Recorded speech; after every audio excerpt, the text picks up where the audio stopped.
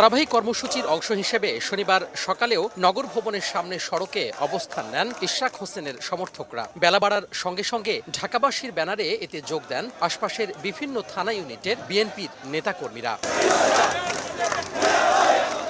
স্লোগানে ইশরাককে মেয়রের দায়িত্ব বুঝিয়ে দেওয়ার দাবি জানান অংশগ্রহণকারীরা। তবে তারা সড়কে অবস্থান নেয়ায় বন্ধ হয়ে যায় যানবাহন চলাচল।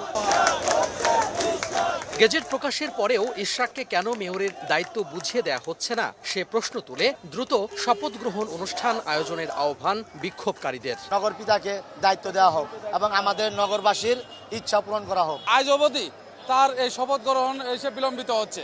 আমরা এটা নিয়ে শঙ্কিত। আমরা চেয়েছি এই সরকারের শাসন আমলে অন্তত আমাদের আশা আকাঙ্ক্ষাগুলো পূরণ হবে। যদি গড়িমসি করে তাকে শপথ নিতে তারা ব্যর্থ হয়, তাহলে আমরা এই আন্দোলন প্রতিটি অলি গলিতে ঢাকা শহরে ছড়িয়ে দেব। লিলি হালাল বিউটি সোপ, বিএসটিআই কর্তৃক সনদপ্রাপ্ত দেশের প্রথম হালাল বিউটি সোপ, দীপ্তিময় উজ্জ্বল ত্বকের জন্য।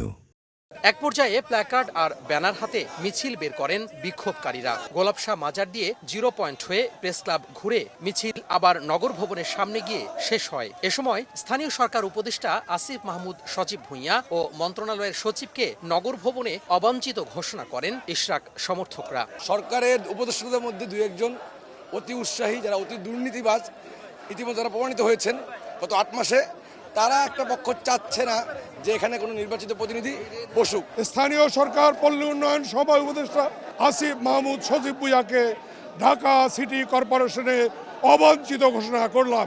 একই সাথে তার সচিব জনাব রেজাউল মাকসুদ জাহিদিকেও ঢাকা সিটি কর্পোরেশনে অবাঞ্ছিত ঘোষণা করা হলো। একই দাবিতে আগামীকালও বিক্ষোভ কর্মসূচির ডাক দেওয়া হয়েছে। তোহা খান তামিম, সময় সংবাদ, ঢাকা।